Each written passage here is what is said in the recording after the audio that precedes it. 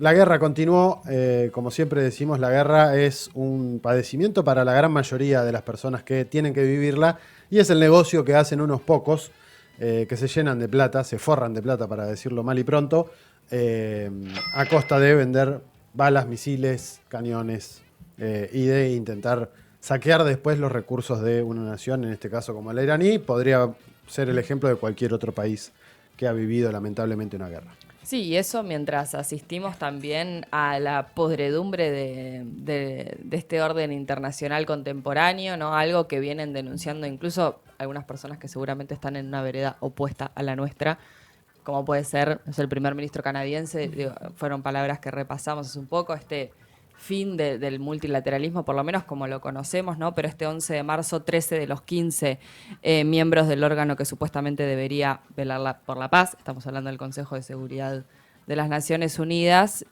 aprobaron una resolución redactada por Bahrein, que condena los ataques de la República Islámica de Irán contra los territorios de Bahrein, de Kuwait, de Omán, de Qatar, de Arabia Saudí, de los Emiratos Árabes Unidos y de Jordania, un texto que le exige a Teherán el cese inmediato de sus ataques y que en sus más de 130 palabras no mencionan, por supuesto en ninguna línea, los bombardeos estadounidenses e israelíes que desde el 28 de febrero han masacrado a miles de iraníes e incluso asesinado al líder supremo de la República Islámica.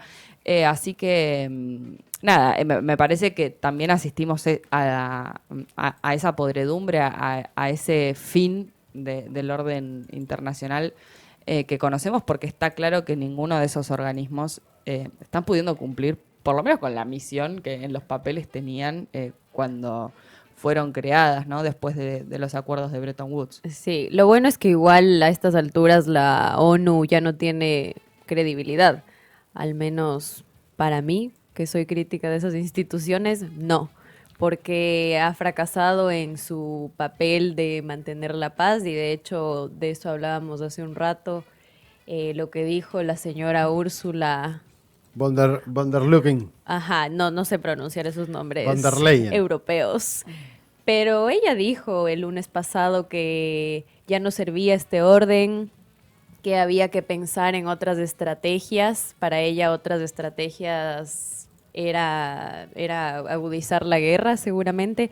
Luego se retractó porque es polémico esto, haber dicho que los mecanismos institucionales no funcionan. Más o menos dijo eso, palabras más, palabras menos dijo eso, entonces tuvo que retractarse y ese fue el escándalo en la Unión Europea esta semana, ¿no?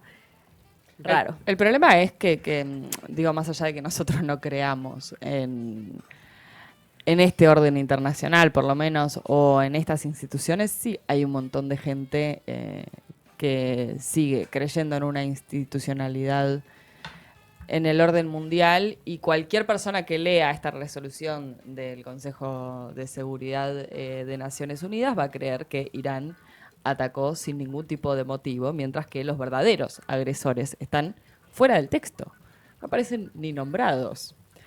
Yo creo que ese es un problema y más allá de las denuncias que puedan hacer muchos líderes internacionales, jefes de Estado, respecto de qué es lo que está sucediendo con estas instituciones y la incapacidad que tienen para dar respuesta a muchos de los conflictos que enfrenta nuestra humanidad.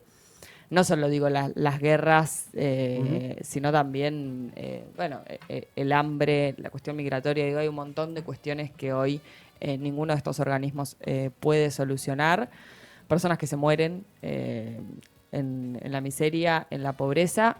Nada de eso ha cambiado. Asistimos hace ya muchos años a un orden que para nosotros está podrido y así todo no vemos más allá de discursos Sí. por ahí grandilocuentes que denuncian algo de esto, no vemos que nada se modifique. Aparte, Y seguimos asistiendo a la impunidad, digo, en este caso podemos hablar de Estados Unidos y del ente sionista, pero seguimos asistiendo a la impunidad de, bueno, también de estas personas que se enriquecen, ¿no? este orden mundial como lo conocemos. Ujú. No, y esto que dice la ONU también es cierto, que al final los medios de comunicación repiten, ¿no? Repiten esta resolución en la que solamente Irán es el culpable. En ese sentido, sí, todavía es importante lo que dice la ONU, porque tiene el eco de los medios hegemónicos. Sí, lo que está claro, esto ya lo veníamos analizando desde, no quiero mentir, pero hace por lo menos 2-3 años que venimos haciendo, por lo menos 3, desde que arrancó la guerra en Ucrania, y un poco antes también. Veníamos planteando de esto de, bueno, evidentemente las instituciones a nivel internacional sirven o están armadas para servir cuando responden a los intereses de la potencia dominante, Estados Unidos, o de sus aliados europeos, o Japón, o Canadá, o alguno de lo que se llama o se denomina el occidente colectivo, porque si uno observa cómo salen las resoluciones, siempre las resoluciones salen que no son del Consejo. Las resoluciones de, por ejemplo, el Consejo de Seguridad de Naciones Unidas, si va en contra de los intereses de Israel o de Estados Unidos lo veta. Y por ese motivo muchas veces países del denominado sur global o incluso potencias como Rusia o como China han planteado, bueno, hay que terminar con esta cuestión del veto. Hay que eliminar el veto. Lula es uno de los que más ha hablado, por lo menos aquí en la región, de este tema, porque eso es una especie de rémora medio dictatorial del que tiene más fuerza militar, básicamente.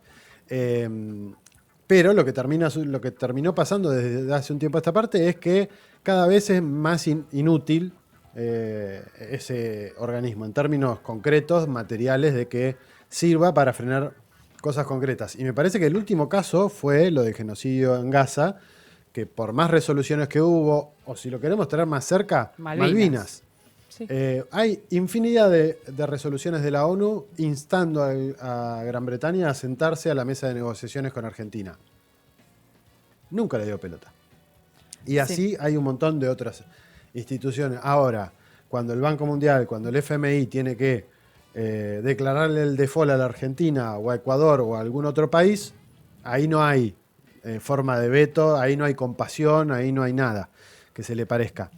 Pero bueno, la cuestión es que en relación con este tema particularmente, la semana pasada el canciller ruso, Sergei Lavrov, a título personal, creo que uno de los diplomáticos más preparados a nivel mundial, le hablaba precisamente a los gobiernos de las monarquías del Golfo y decía esto, y me parece que es importante para también entender por qué el resultado de esta resolución en el que varias de estas monarquías condenan el ataque a Israel, el ataque de Irán. de la respuesta en realidad de Irán a la agresión de Estados Unidos a Israel, pero no a la inversa. Escuchémoslo. О целях сейчас спорят многие, и в том числе в Соединенных Штатах, многие политики Obviamente не para могут quienes понять, no estén что же является целью этой операции. leyéndolo o Президент viéndolo en Трамп YouTube, lo que está diciendo публично Lavrov сказал, что es, вот bueno, мы ликвидировали se agredió, se eliminó a Khomeini. Para Se los que no hablen agredió- ruso. Claro, quienes no hablan ruso. Se agredieron a Irán. Y lo que están haciendo es condenar la respuesta que tuvo Irán ante la eliminación de su máxima referencia, el líder supremo Ali Khamenei, pero no están diciendo nada de las agresiones estadounidenses e israelíes a el país persa. Medio como un tirón de orejas. Es sabido que Rusia tiene muy buenos vínculos con la generalidad de las monarquías del Golfo. Y una cuestión que es medio concreta. Si vos solamente criticás una parte o solamente criticás la agresión de un lado, obviamente eso lo que va a generar es que salga alguno de estos y te diga, a ver, amigo. Hay una hazaña también con generar divisiones y rupturas también en el pueblo musulmán, digo, en términos generales. Me parece que esa es hoy una estrategia que es muy patente. Digo, bueno, Rusia y China particularmente son los dos países que se abstuvieron de estos 13, decíamos 13 que votaron a favor de los 15 miembros. Bueno, Rusia y China son los dos países que se abstienen. Acá ha habido algunas lecturas simplistas. Rusia y China le han soltado la mano a Irán. Bueno, no, por supuesto que no. Me parece que hay un apoyo en todo caso más bien silencioso, inteligente, que tiene que ver con la constatación de que son dos países que también están atrapados en sus propias guerras, ¿no? Digo, Rusia, una guerra en Ucrania que está claro no está terminada, y China en otra que, bueno, más que guerra quizás es una competencia existencial por la supremacía tecnológica, pero bueno, que también es de vital importancia para la China que conocemos. Entonces, creo que no pueden suicidarse de alguna manera abriendo un frente directo con Washington hoy, acompañando o involucrándose por lo menos. Sí. Velan por sus propios intereses también. Está claro, no pero les hay un conviene que el apoyo que mundo es esté silencioso. Digo, la destruido. abstención para mí es, mientras algunos hacen alguna lectura que es tipo, bueno, les sueltan la mano porque no están rechazando la resolución del Consejo de Seguridad, yo en realidad leo que hay un apoyo. La abstención es más apoyo silencioso. Bueno, pasó otra con cosa. China, con China particularmente pasó lo mismo con las resoluciones respecto del conflicto en Ucrania. China siempre se paró desde el lugar de tiene que ser la diplomacia lo que resuelva este conflicto, hay que terminar con la guerra, más allá de que es un socio estratégico de Rusia. Y acá pasa lo mismo, esto lo hemos comentado en más de una oportunidad. Irán, tanto para Rusia como para China, es un actor clave dentro de los BRICS, dentro de los corredores comerciales. Por ejemplo, el corredor internacional de transporte norte-sur que conecta San Petersburgo, pasa por Azerbaiyán, el Mar Caspio, Irán y llega hasta la India, conecta a 3 miembros de los BRICS. Algo que hemos mencionado siempre, o que venimos mencionando desde hace bastante tiempo. Para China, Irán es un actor clave en la ruta de la seda, o lo que se conoce como la nueva ruta de la seda, la iniciativa Belt and Road, que es conectar Asia con Europa. Bueno, Irán es uno de los países que es emblemático para pasar por Turquía. Y acá me parece que otra de las cosas que también se estuvo dando vuelta esta semana, mucho, vos decías la división dentro del Islam.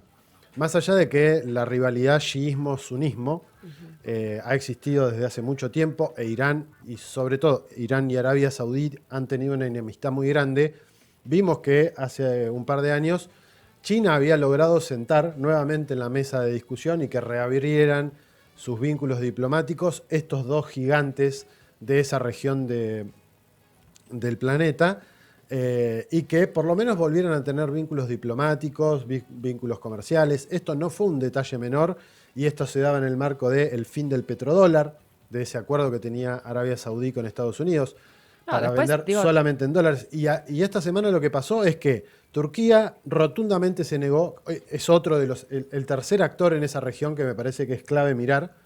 Turquía se negó a que se utilice cualquier espacio, sea aéreo, terrestre o marítimo, de su pertenencia para agredir a Irán. Ha sido muy categórico en la condena a Benjamín Netanyahu. Y en el último tiempo, esto lo hemos visto sobre todo con Kevin Bryant en su Instagram, que suele compartir o publicar cosas, la gran alianza que estaban tejiendo Pakistán, Turquía y Arabia Saudí, 3 países con una mayoría musulmana sunita, y cómo eso también estaba articulando con otros países en África. Y una de las cosas, más allá del comunicado, que esta semana estuvo circulando, más allá de si fue real o no, es que las monarquías del Golfo, sobre todo Arabia Saudí, estaban poniendo en tela de juicio si iban a continuar con los contratos petroleros que tenían con Estados Unidos, visto lo cual, o visto el caso de que ante la agresión o la respuesta de Irán a las bases norteamericanas que están en sus respectivos países, Bahrein, Kuwait, Omán, Arabia Saudí, incluso Irak, la no respuesta o la respuesta muy endeble de la defensa norteamericana, por lo cual que se priorizó la defensa del Estado de Israel, por lo cual muchas de estas monarquías dijeron, epa, nosotros tenemos un acuerdo y acá no lo estás cumpliendo. Bueno, Habrá que ver, obviamente, estos son muchas veces rumores que se corren, circulación. Hay mucha información que es humo, que es falsa, que es, qué sé yo, esta semana salió...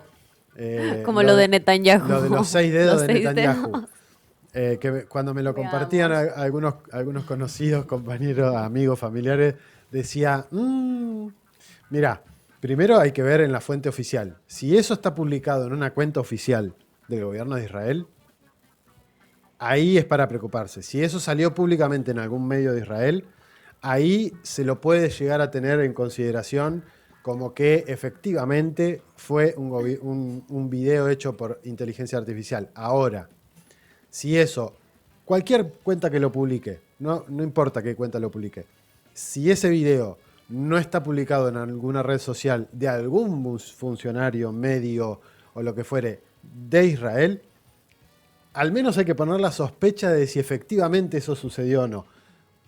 Porque aparecen un montón de cosas que después vos decís, bueno, esto tiene un grado de veracidad muy importante, pero te podés comer la curva muy fácilmente. Hoy por hoy está demostrado que con inteligencia artificial pueden hacer cualquier cosa. Pero es cierto que no ha aparecido Netanyahu estos últimos días. Eso es verdad. Ah, Netanyahu no apareció. Ben Gavir también se sospecha que puede haber sido asesinado.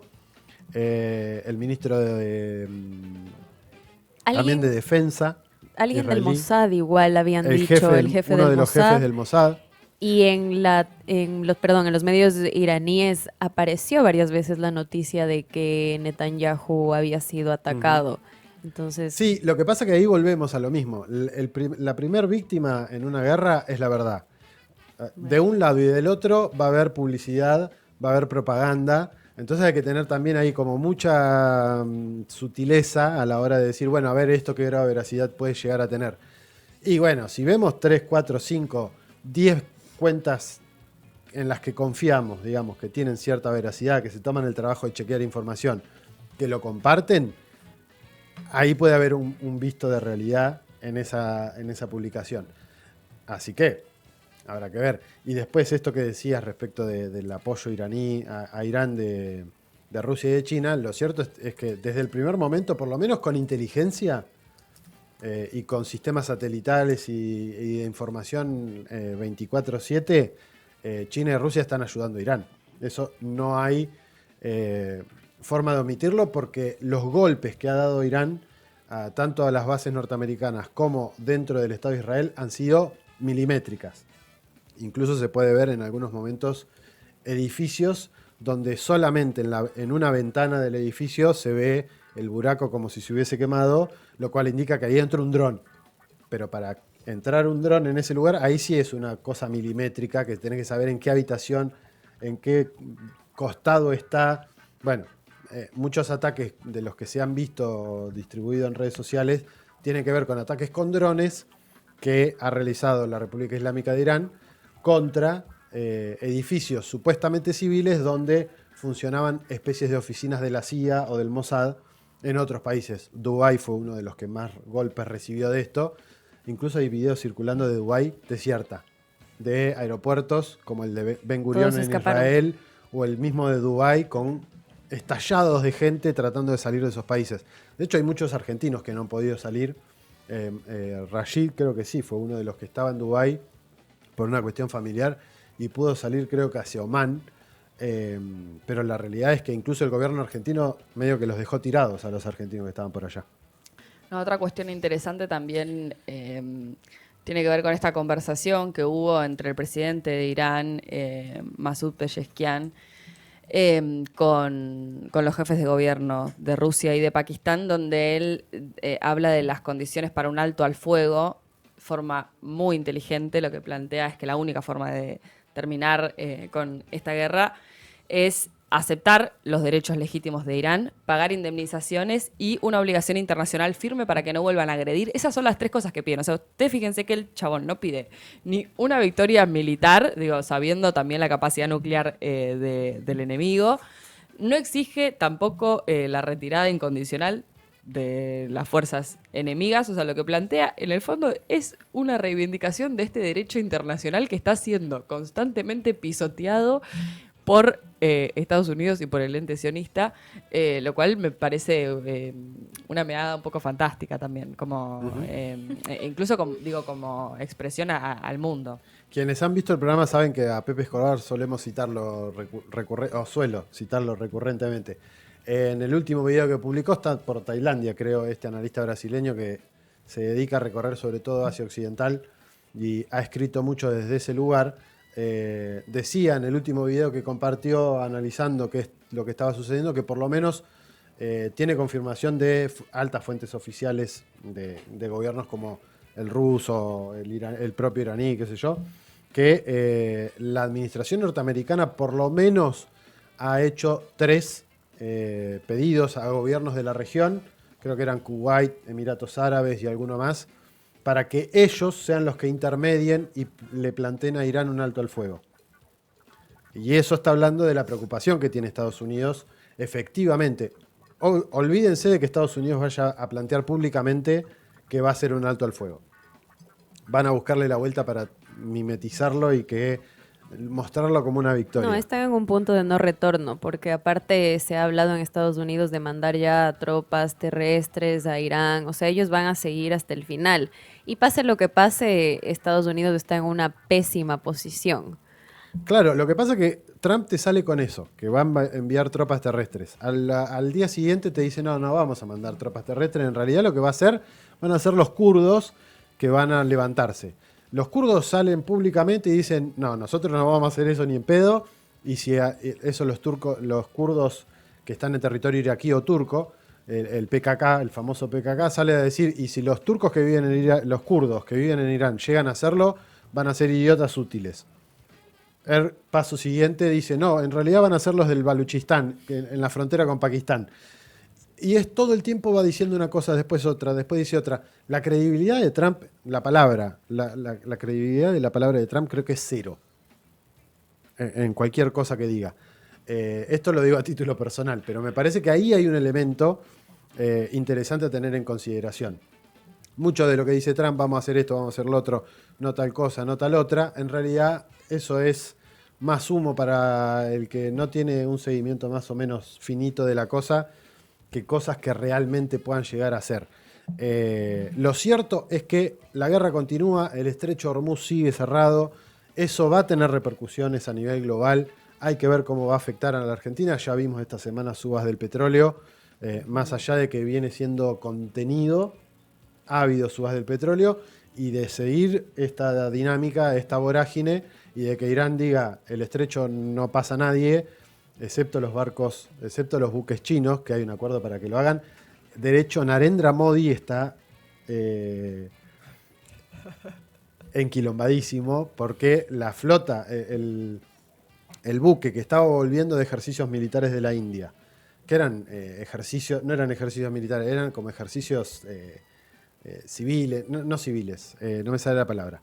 Pero estaban desarmados. Era un buque donde murieron ciento y pico de militares iraníes que estaban desarmados, estaban volviendo de la India, creo que a la altura de Sri Lanka, es que un submarino norteamericano esta semana lo derriba, y ante esa situación en Irán tomaron eso como una traición de Irán, de la India, por haber vendido donde estaba. Salió el ministro de Defensa de la India a decir, por el acuerdo comercial que nosotros tenemos, el acuerdo de seguridad que tenemos con Israel, teníamos la obligación de decir dónde estaba ese buque.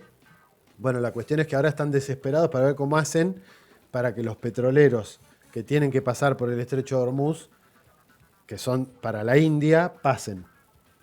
Porque recordemos que por ese estrecho pasan 20 millones de barriles de petróleo diarios. La cosa se va a empezar a complicar, está claro. Es una estrategia de desgaste que es beneficiosa para una Irán, bueno, que quizás está en desventaja si pensamos en el plano militar, pero después me parece que hay otra cuestión que no solo tiene que ver con esa estrategia de desgaste, sino con algo que me parece que Estados Unidos todavía no logra decodificar, y que es que de alguna manera la densidad histórica que tiene la cultura de Irán, ¿no? Me parece que hay la resistencia de alguna manera es una seña muy identitaria de esa cultura, de una cultura que es milenaria. 5.000 años de historia. Y ellos se creen que se destruye como se puede destruir Ucrania. Y yo creo que van a tener que pagar carísimo, que van a pagar muy caro esta guerra si intentan sostenerla a largo plazo. Los propios norteamericanos están diciendo que esto no hay forma de ganarlo, porque además pensemos que una de las cosas que se buscaba supuestamente con la decapitación, esta lógica, esta estrategia israelí de decapitar al enemigo, que lo han hecho con Hezbollah, lo han intentado hacer con Irán, lo han intentado hacer con otras expresiones del eje de la resistencia ahí en Asia Occidental. Parece que los norteamericanos intentaron imitar esa lógica, pero lo que terminaron haciendo es unificar atrás de la bandera de Irán, no solamente a los que son pro régimen islámico, sino a los que están en contra inclusive del régimen islámico. Todos. Lo mismo había pasado con Bashar al-Assad en su momento. Hasta los propios anti-al-Assad, cuando comenzó la agresión en 2012, lo primero que dijeron es, no, acá cerramos fila para defender nuestro país. Hay una cuestión existencial ahí. Y me parece que esa es una de las grandes diferencias. Estados Unidos no le mueve el amperímetro a la población norteamericana si se gana o se pierde la guerra en Irán. No le mueve el amperímetro. Los norteamericanos están preocupados porque no llegan a fin de mes, porque no tienen trabajo, porque le suben todas las cosas todo el tiempo. Pero aparte, digo, ya ha pasado, ¿no? Y fue por lo que ganó Trump, de hecho. Con ese discurso ganó. Sí, con un discurso de voy a terminar con las guerras, con todas las guerras. Muy bien. Vamos a cerrar este pequeño fragmento bloque utilizando algo que me pareció brillante. Unos Muppets, seguramente muchos que están del otro lado se acordarán de los Muppets, hechos en inglés. O sea, está hecho por una cuenta en inglés. Y los Muppets originariamente son en inglés también. Son Muppets, sí, es verdad. Perdón. Bueno, Son no se puede, de argentinos. todo no se puede. Pero la cuestión es que estos muñequitos o esta cuenta se tomaron el trabajito de no solamente hacer los muñecos de presidentes. Y son buenos. Son muy buenos, están muy bien hechos, sino que además se tomaron el trabajo de, con inteligencia o con alguna persona que sabe imitar, copiar las voces. Seguramente no están traducidos al español. Esa es la única cosa que me arrepiento. Pero están subtitulados en inglés. Están subtitulados en inglés. Confiamos que la gente se va a dar cuenta. Es medio por contexto, se va a dar cuenta de qué dicen. Si no, están lindos los muñecos igual. Sí. Igual si no, seguramente debe haber alguna traducción dando vueltas por ahí. Pero no lo vamos a traducir en simultáneo para no aburrir, porque es muy gracioso, de hecho, lo que sucede. Hello, Vladimir. Oh, hi. You good? You good? Yeah, chilling. You gonna watch Super Bowl this weekend? Please, what a waste of time. The main attraction isn't even a real American. I asked you about Super Bowl, not Melania documentary. Ah, you're always needling. Always needling. Can't stop, won't stop. Anyways, sucker, you saw I got your friend India to stop buying your oil. Just a moment. Narendra, Donald says you said you would stop buying oil. Oh, really? Just a moment. Putin said you said I would stop buying oil, but... I did not really say it in this way. Oh, really? Just a second. Modi says you said I said he said something that he now says he didn't say. Ugh, just a moment. Trump said Modi said something, but Modi now says he didn't say what Trump said he said. But if he said it, I'm not sure what to say. Well, I'm always with you. No matter what I say. Great. So she says what he usually says when I said you said Modi said he said something he says he didn't say. Well, you tell Sheeta whatever he said about what I said Modi said. He has no say in what I say. And what I'm saying is you must stop the war in Ukraine. Sorry, I didn't hear what you were saying. Can you say it again?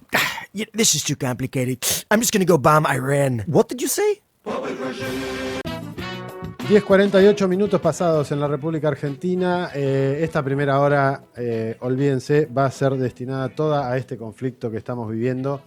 La semana pasada nos quedaba pendiente hacer algún repaso de cómo está padeciendo o cómo está viviendo Europa este nuevo escenario que se da en un contexto como mínimo complejo. Y para tirar la primera piedra, recordemos que en los primeros días, creo que el primer día de conflicto entre Estados Unidos e Israel con Irán, ya el gas en Europa había subido un 50%, se habían disparado el petróleo y el gas en las bolsas de Europa. y que y tuvieron suerte de que fue en primavera. Porque si hubiese sido en invierno, la verdad que los europeos la estarían pasando muy, muy mal. Y una de las cosas que es consecuencia de esto y que puede ayudar brevemente, esto lo decíamos la semana pasada, puede ayudar brevemente a Europa. La semana pasada, Víctor Orbán, el presidente de Hungría, y no me sale el de Eslovaquia, Robert Fico, rompieron el contrato que tenían con Ucrania para que pasara por el gasoducto que conecta Rusia con Europa, pasara el gas. Bueno, ese contrato que tenía varios años, intempestivamente Zelensky en Ucrania dijo, bueno, por acá no pasa más gas y cerró la canilla.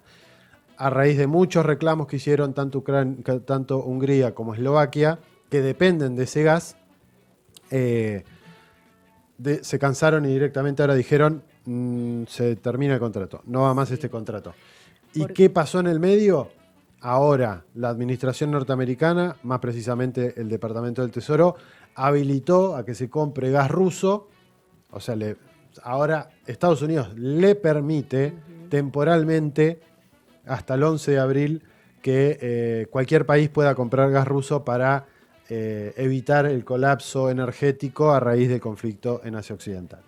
Más allá de estas cuestiones, yo creo que hay otro elemento clave para analizar cuando hablamos de Europa que tiene que ver con la declive institucional de la Unión Europea, esta Europa decrépita que una vez más, ya era algo que por lo menos para nosotros había quedado muy evidenciado con la guerra en Ucrania, pero otra vez vemos la incapacidad de Europa para actuar de alguna manera como un actor estratégico autónomo, por lo menos frente a las decisiones que toman los Estados Unidos. Digo, más allá de que en un primer momento algunos gobiernos europeos intentaron tomar distancia en lo que parecía por lo menos un señalamiento de que los ataques de Estados Unidos a Israel estaban al margen del derecho internacional. Digo, Francia, Italia, España declararon algo similar, pero rápidamente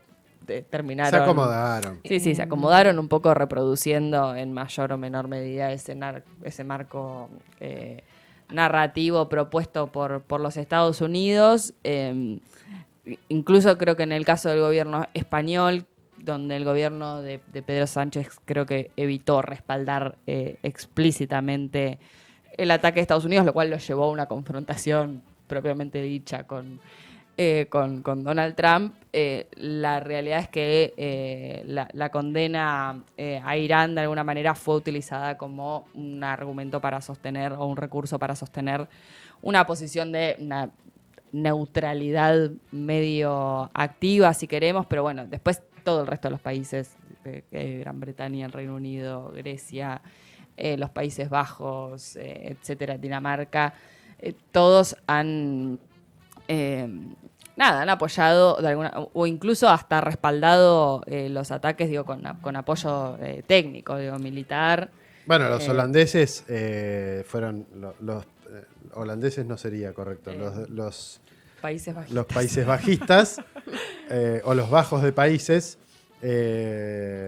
también fueron actores claves en la construcción de la narrativa. De hecho, no hay que olvidar, Mark Rutte, ex primer ministro de Países Bajos, hoy a cargo de la OTAN, uno de los más beligerantes y que más... le dijo papi a Trump, digamos, no hace falta agregar demasiado detalle. Y la otra es Kalia Kallas, que no me acuerdo si es de Países Bajos o de... Ahora me fijo, pero bueno, fue otra de las grandes actoras. Belga. Yo quería mencionar esta participación de Víctor Orbán de Hungría, que siempre fue muy crítico hacia los aranceles y el bloqueo que se le hizo a Rusia, porque parece ser uno de los pocos mandatarios que se preocupa realmente por la situación de la gente, ¿no? Porque él dice, bueno, seguir con este bloqueo simplemente es como meterse un tiro en el pie, porque los combustibles van a seguir subiendo más allá de si Rusia utiliza esto para continuar con la guerra en Ucrania. Hay que pensar también en la gente, y la comunidad europea, la Unión Europea, parece que olvida esa parte. En Europa no le están pasando bien tampoco. En Europa las cosas están caras, la gente está teniendo muchos problemas para vivir.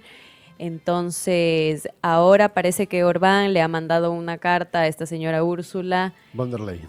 a la, a la señora Úrsula, y nada, él habla de esta situación que creo que es algo que hay que mencionar, y si Europa, el primer mundo, le está pasando mal, yo no sé qué va a pasar acá en América Latina, en el resto del mundo. Es algo para pensar, habría que hacer como más presión. Yo creo que en algún momento la gente de Europa va a tener que levantarse, van a salir a las calles, porque es una situación que puede ser insostenible a largo plazo. De hecho, sí. No, iba a decir que aparte, digo, una Europa que sigue financiando con millones y millones de euros a Ucrania, para empezar, digo, una Europa que ya estaba, me corro porque Mati Marchi me reta. Ahí me escucho bien ahí. Yo creo que no, yo no estoy ni escuchando yo. Acá. Ah, porque estoy corrida, bárbaro. Te está Chicos, yendo, pensé que te era está el yendo del micrófono. plano. Es streaming esto. Hay que Pero yo no me veo, o sea, estoy conversando con ustedes, es muy difícil todo. Para retomar esto, el cómico o tragicómico ya vendría a ser de Zelensky, basta. también dijo que iba a empezar a participar en la guerra Él del ya se Medio subió. Oriente. Yo no sé por qué Digamos- los ucranianos mismos no lo matan a Claro. Zelensky. tipo. Bueno, es un Porque montón. ya no hay eso. gente. Es Están- un montón eso. A ver, en que Ucrania nos hace van a falta... censurar todo. En Ucrania Bueno, hace falta póngale un tanta pip. gente que están llevando gente de otros lados. No se olviden que hay gente de Colombia que está peleando en Ucrania, hay gente de Argentina que está peleando en Ucrania. Ya a estas alturas no sé si hay ucranianos tampoco, Pero, ¿no? o sea, estamos hablando No eso de sé un si les presidente que quedan ni siquiera ucranianos. puede garantizar la seguridad de su propio pueblo y está, o sea, ya después de haber sometido a su país a una guerra incesante contra una potencia a la que nunca va a poder ganarle y ahora quiere sumarse a la guerra nazi occidental. Bueno, O sea, es terrorífico. Pero realmente. recordemos que Zelensky al G7 o a los líderes europeos, en su momento, cuando arrancó la guerra contra Irán, lo primero que les dijo es, en los primeros días gastaron no sé cuánta cantidad de misiles, si me hubiesen dado toda esa cantidad de misiles a mí, no estaríamos en la condición en que estamos. Lo primero que les echó en cara es que no lo estaban financiando lo suficiente para luchar contra Vladimir Putin o contra Rusia en el conflicto que existe hoy por hoy todavía en territorio ucraniano entre la OTAN o el Occidente colectivo y la Federación Rusa, porque esto no es una guerra Ucrania-Rusia, hay que partir de esa base. Y en relación con esto, más allá de la tragicomedia Zelensky caminante, no hay que perder de vista esto. España y Japón sobre todo se comprometieron a largar reservas estratégicas de petróleo. Para creo que 12 días en ambos casos, o 12 y 15 respectivamente. Alemania se comprometió a liberar cerca de 20.000 millones de barriles de petróleo. Alemania, bien decía. Reino Unido, otras 13 millones y medio de barriles de petróleo también de sus reservas a liberar. Esto es simplemente para que el petróleo no siga subiendo. Esto, o sea, ya es la lona. Pero pensemos que países de Europa están gastando sus reservas, al igual que otros por países, eso, esto ya para es- que no suba el petróleo. O sea, si esto continúa, O sea, esto ya es el salvataje. Sí. O sea, lo que sigue ¿Hasta cuándo? es la caída estrepitosa y los costos sobre todo los europeos. los están Bueno, pagando, sobre todo los iraníes y los países de la región que están padeciendo la guerra. los están pagando los europeos, digo, y mientras tanto después además hay como un doble discurso rarísimo. Esta semana la Unión Europea y el Reino Unido han emitido comunicados en los que piden, por ejemplo, el fin de la violencia de los colonos israelíes contra los palestinos en Cisjordania. Esto es real, completamente real. No sé, el consulado general británico, que además está en Jerusalén. Bueno, pero los países europeos ya habían empezado a tener una lógica distinta para con Israel cuando fue lo del genocidio. O sea, esto lo podemos enganchar como una continuidad de esa lógica de separarse de Estados Unidos y de la lógica del genocidio para lavarse la cara, porque lo siguen financiando. Obvio. Pero me parece que va en esa línea de continuidad con una lógica de presión sionista sobre los países europeos que ya viene de larga data. Y están tratando de, tensionar y salir un poco de ese lugar. No, pero después el punto es si ese lavado de cara efectivamente sirve, porque yo creo que la gente tampoco se chupa los dedos. Reitero, los europeos están pagando en gran medida, mientras se siguen financiando la guerra, están pagando ellos no solo la guerra, sino los costos altísimos, particularmente de la energía. Y, por ejemplo, esta semana, el jueves, 21 organizaciones de la sociedad civil británicas le pidieron al gobierno del Reino Unido que prohíba urgentemente la importación de cualquier artículo que se produzca total o parcialmente en los asentamientos ilegales del Estado de Israel. ¿Le van a dar bola? Por supuesto que no les van a dar bola. O sea, fue una carta que le presentaron literalmente a los 119 diputados británicos, varias organizaciones civiles del Reino Unido. No va a suceder nada con eso. Pero Israel tiene un enorme poder no solo sobre Europa, sino también sobre Estados Unidos. Israel metió a Estados Unidos en este conflicto. No sé, he visto un montón de informes, he leído un montón de cosas y la estrategia es eso, desgastar a Estados Unidos para que Israel pueda quedar como la potencia de Asia Occidental. En fin, esto va a seguir. Lamentablemente no va a cortarse mañana este conflicto y habrá que ver cómo va evolucionando. Por lo pronto, esta primera hora se la destinamos a tratar de analizar y de agregar elementos para comprender las repercusiones que tiene esto y la conectividad que hay, como siempre decimos, y cómo todo tiene que ver con todo en los conflictos internacionales o en las relaciones internacionales. Y lo último, como para cerrar, que nos parecía que estaba bueno compartirles, anda dando vueltas un video que supuestamente lo hicieron los iraníes, hechos con legos, que grafican un poco la visión que tiene Irán respecto de lo que pasó desde que inició la guerra, o los primeros 8 días de inicio de la guerra. No hay que perder de vista que en el primer día de agresiones, la primera agresión, o una de las primeras, fue el bombardeo con un Tomahawk de una escuela donde más de 170 personas murieron, la gran mayoría niñas menores de edad que estaban yendo a una escuela. Se dice que muchas eran hijas de distintas personalidades de la Guardia Revolucionaria de la República Islámica de Irán, lo cual habla de la atrocidad que se puede cometer muchas veces en este tipo de conflagraciones para tratar de asestar golpes que deslegitimen o que desmotiven al enemigo, al adversario, en este caso a la Guardia Revolucionaria. Compartimos el videito para terminar esta primera hora y retomamos la segunda hora después de la tanda.